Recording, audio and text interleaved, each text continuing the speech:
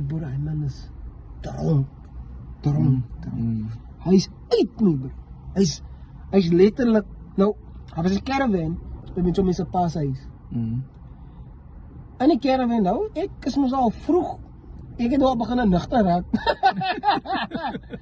Ek leef op die bank, bo op die caravan. Gaan diep. Gaan diep. Hulle lig in die pype. Lig op petrol, ja. Maar hy al walm, as ek klaar. Anyway, ek is op die boonste bank. Hulle draai man in. En man is weg.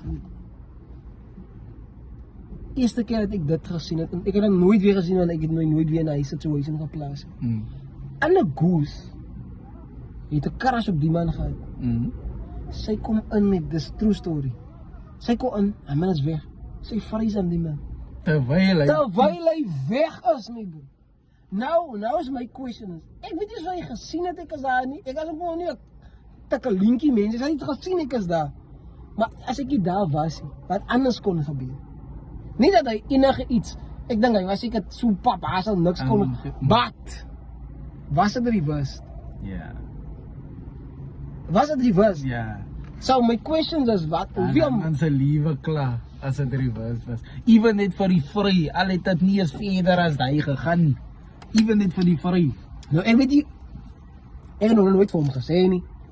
Ek weet nie of hy weet daarvan nie. Sy weet my broer. Ek ook ek weet of jy weet nie. Maar sy was sober enough om te weet wat sy doen.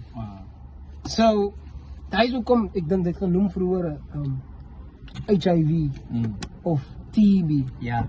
Sy is unconscious dronk. Dat sy nie